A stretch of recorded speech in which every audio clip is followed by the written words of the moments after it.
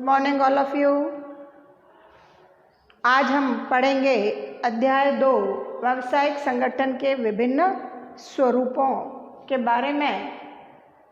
इससे पहले अपन ने पढ़ा था व्यावसायिक संगठन के विभिन्न स्वरूप कौन कौन से होते हैं, उसके बारे में मैंने आपको बताया था, जिसमें एकल स्वामित्व, संयुक्त हिंदू परिवार व्यवसाय, साझेदारी, सहकारी समिति और संयुक्त पूंजी वाली कंपनी के बारे में अपन ने जानकारी ली थी। आज हम विभिन्न स्वरूपों के बारे में अलग अलग जानकारी प्राप्त करेंगे। तो आज हम पढ़ेंगे एकल स्वामित्व से आशय, उसके लक्षण या विशेषताएं, गुण और दोष के बारे में। तो एकल स्वामित्व से आशय ऐसे व्यवसाय से है जिसमें एक ही व्यक्ति द्वारा व्यवसाय का प्रबंध, संचालन एवं आवश्यक संसाधन जुटाए जाते हैं। वही व्यवसाय में पूंजी लगाता है और व्यवसाय में होने वाले समस्त लाभ पर उसका अधिकार और हानि होने पर वही उसका वहन करता भी होता है। तो व्यावसायिक एकल स्वामित्व के जो लक्षण हैं, जो विशेषताएं हैं, उसमें सबसे पहले आता है निर्माण एवं समापन। यानी एकल स्वामित्व का निर्माण कुछ ही कानूनी औपचारिकताएं यदि आवश्यक हो तो उनको पूरा करके आसानी से स्थापित किया जा सकता है। जैसे जब फर्म का रजिस्ट्रेशन हो जाता है तो ऐसे व्यवसाय जिनके लिए लाइसेंस की आवश्यकता होती है, उनका लाइसेंस लेने के बाद उसे आसानी से स्थापित किया जा सकता है, उसका निर्माण किया जा सकता है। जिनके लिए लाइसेंस की आवश्यकता नहीं है, उनका पंजीयन करवा करके हम व्यवसाय का प्रारंभ कर सकते हैं। और समापन भी, अगर आपका व्यवसाय नहीं चल रहा है या किसी कारण से आप अपने व्यवसाय को आगे नहीं चलाना चाहते हैं, तो आसानी से व्यवसायी की इच्छा के अनुसार उसे बंद भी किया जा सकता है। यानी एकल स्वामित्व एक ऐसा व्यवसाय है जिसका निर्माण और जिसका समापन बहुत ही आसान है। दूसरा आता है असीमित दायित्व। यानी एकल स्वामित्व का जो दायित्व है वह असीमित होता है। यानी व्यवसाय के सभी दायित्वों को चुकाने का भार एकल स्वामित्व पर होता है। यदि इसकी व्यावसायिक पूंजी कम पड़ती है तो व्यवसायी को अपनी निजी संपत्ति को बेच करके व्यावसायिक ऋणों का भुगतान करना पड़ता है। यानी उसका दायित्व निश्चित नहीं है कि कितना है, असीमित है। जितना भी व्यवसाय में नुकसान होता है या व्यावसायिक ऋण जो होते हैं, उनका भुगतान एकल स्वामी को करना पड़ता है। तीसरा आता है लाभ प्राप्तकर्ता एवं हानि वहनकर्ता। यानी व्यवसाय में होने वाले समस्त लाभ पर एकाकी व्यापारी का ही अधिकार होता है, और अगर व्यवसाय में हानि होती है तो उसका भार भी एकाकी व्यापारी पर ही होता है। इसका मतलब यह हुआ कि लाभ जो होता है वह किसी को बांटना नहीं है और हानि होने पर उसे कोई दूसरा नहीं चुकाएगा। यानी उसे अकेला ही सब कुछ वहन करना है। लाभ हो रहा है तो वह प्राप्त करेगा और अगर हानि हो रही है तो उसे ही वहन करना है। नेक्स्ट आता है नियंत्रण। एकल स्वामित्व में व्यवसायी अकेला होता है, उसे किसी से परामर्श लेने की आवश्यकता नहीं होती, तो वह अपने व्यवसाय पर उसका स्वयं का पूरा पूरा नियंत्रण रहता है, यानी वह अपने व्यवसाय पर अपना पूरा नियंत्रण रख सकता है। स्वतंत्र अस्तित्व नहीं, एकल स्वामित्व का व्यवसायी से अलग स्वतंत्र अस्तित्व नहीं होता। यानी जो अस्तित्व व्यवसाय का है वही अस्तित्व उसके व्यवसायी का भी है। अलग से कोई नहीं है कि भाई व्यवसायी का अस्तित्व अलग हो गया और एकल व्यवसाय का अस्तित्व अलग हो गया, ऐसा इसमें नहीं होता। नेक्स्ट आता है व्यावसायिक निरंतरता का अभाव। एकल स्वामित्व के अंदर अगर उसका कोई एकाकी व्यापारी का कोई उत्तराधिकारी नहीं है तो व्यवसाय निरंतर चलता रहेगा आगे, यह ज़रूरी नहीं है। कहने का मतलब यह है कि अगर एकल व्यापारी की मृत्यु हो जाती है या वह बीमार हो जाता है या पागल हो जाता है, दिवालिया हो जाता है, तो उसका व्यवसाय आगे निरंतर नहीं चल सकता अगर उसका पीछे कोई उत्तराधिकारी नहीं है तो इस प्रकार से ये 5-6 जो अपन ने अभी बताई मैंने आपको, यह है एकाकी व्यापार की विशेषताएं या लक्षण। एकल स्वामित्व को एकाकी व्यापार भी कहते हैं। अब देखिए इसके गुण कि एकल स्वामित्व से क्या क्या फायदे हैं, क्या क्या लाभ हैं, क्या क्या गुण हैं इसके। तो सबसे पहला आता है शीघ्र निर्णय। एकल स्वामित्व में चूंकि एक व्यापारी अकेला ही होता है तो व्यवसाय के समस्त निर्णय उसे खुद को ही लेने पड़ते हैं, किसी और से उसे पूछने की आवश्यकता नहीं होती। तो चूंकि जब उसे किसी और से पूछने की आवश्यकता नहीं होती है तो वह समय समय पर होने वाले निर्णय शीघ्रता से लेकर के समय पर होने वाले अवसरों का लाभ उठा सकता है। यानी सपोज करो अचानक उसे पता चलता है कि आने वाले समय में किसी वस्तु के भाव बढ़ने वाले हैं तो वह उस वस्तु को तुरंत खरीद लेगा और आने वाले समय में ज़्यादा बढ़े हुए मूल्य पर उसे बेच सकता है। लेकिन खरीदने का निर्णय उसका खुद का है। अगर वह शीघ्रता से निर्णय लेता है और वस्तु को खरीद पाता है तभी वह आगे बढ़े हुए मूल्य पर वस्तु को बेच करके अच्छा खासा लाभ प्राप्त कर सकता है।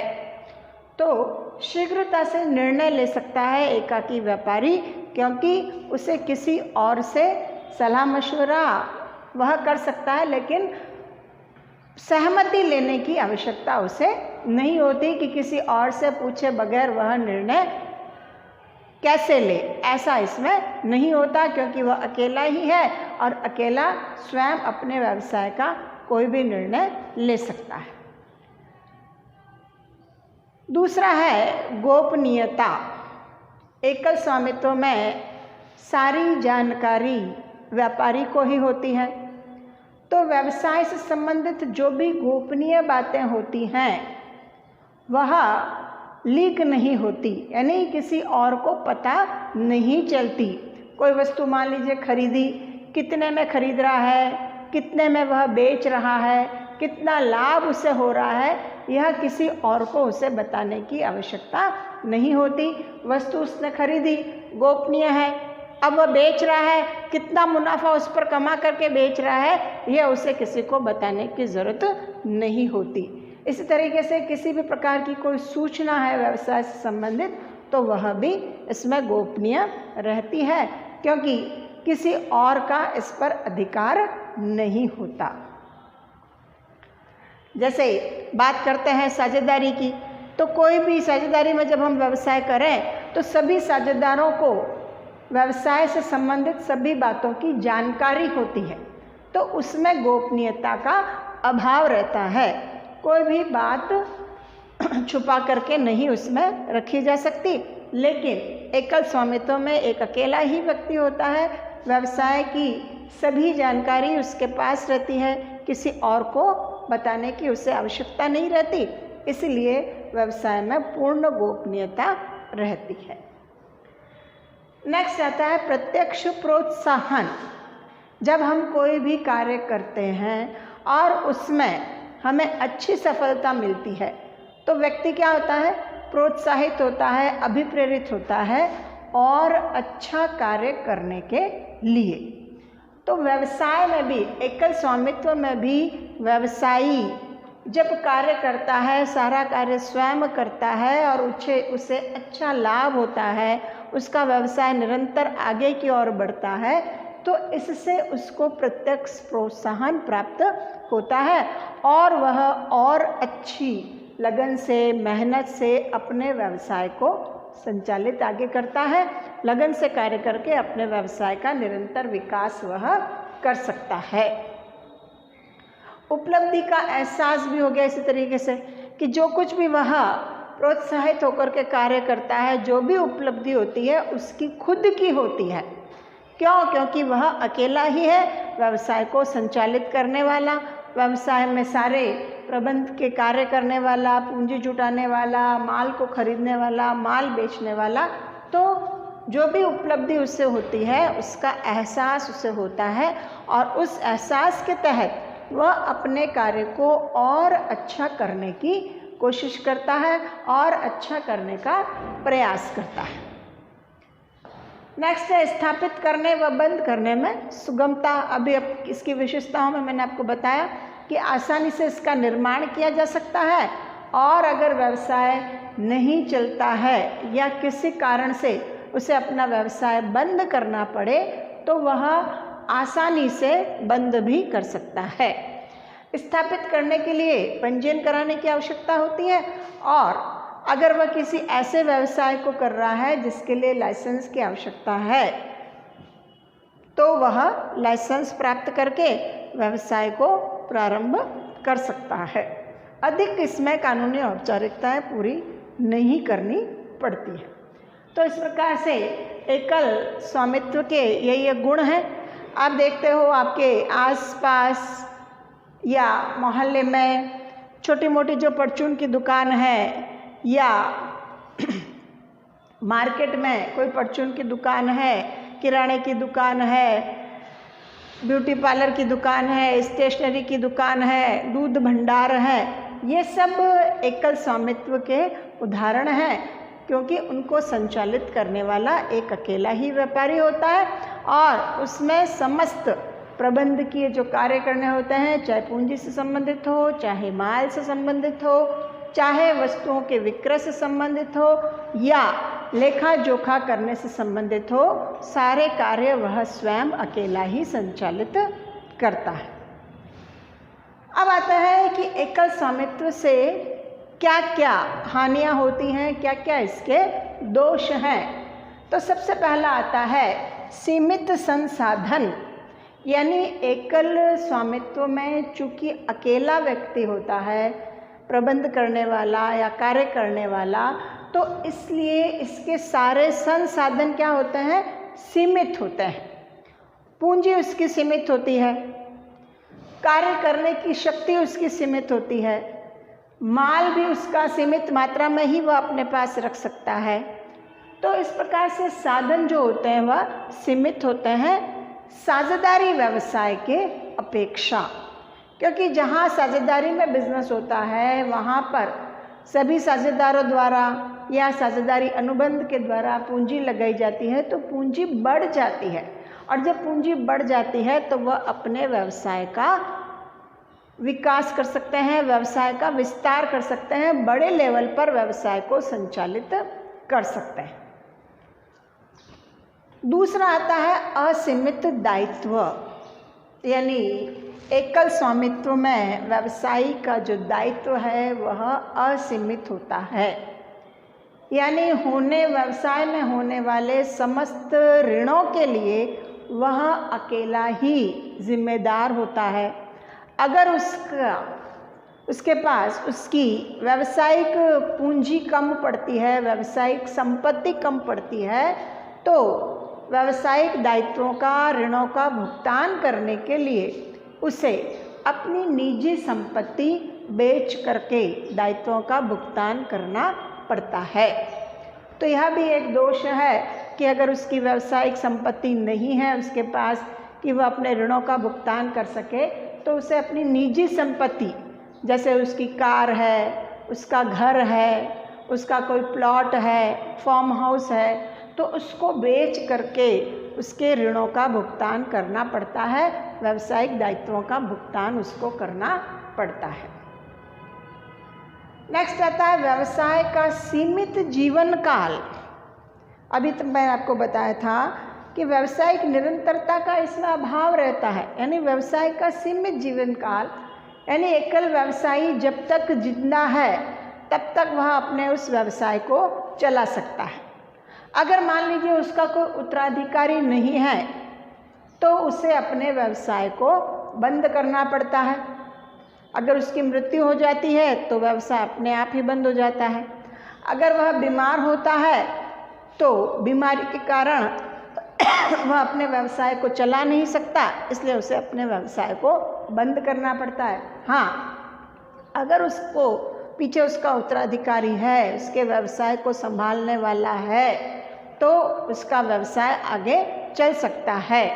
लेकिन ज़्यादातर होता है ना कि भाई आजकल की जनरेशन क्या करती है, अपना खुद का जो मोटो होता है उसको प्राप्त करने में वे लगे रहते हैं। कोई डॉक्टर बनता है, कोई इंजीनियर बनता है, कोई चार्टर्ड अकाउंटेंट बनता है। ज़रूरी नहीं है कि हर एक जो पुत्र होता है वह अपने पिता के व्यवसाय को संभाले इन फ्यूचर। तो इसलिए एकल स्वामित्व का जो दायित्व होता है, व्यावसायिक जो जीवन काल होता है, वह सीमित रहता है। तो इस प्रकार से ये एकल स्वामित्व से संबंधित आज अपन ने सारी जानकारी हासिल की है। इससे संबंधित जो भी क्वेश्चन आंसर हैं वो आपको करने हैं। अगले नेक्स्ट टॉपिक में अपन पढ़ेंगे साझेदारी से संबंधित और संयुक्त हिंदू परिवार व्यवसाय से संबंधित, जिसमें कि संयुक्त हिंदू परिवार व्यवसाय की क्या क्या विशेषताएं हैं, क्या क्या उसके गुण दोष हैं और कहाँ कहाँ पर यह होता है, कैसे किया जाता है, कौन कौन इसके सदस्य होते हैं, इन सब के बारे में। ओके, ठीक है।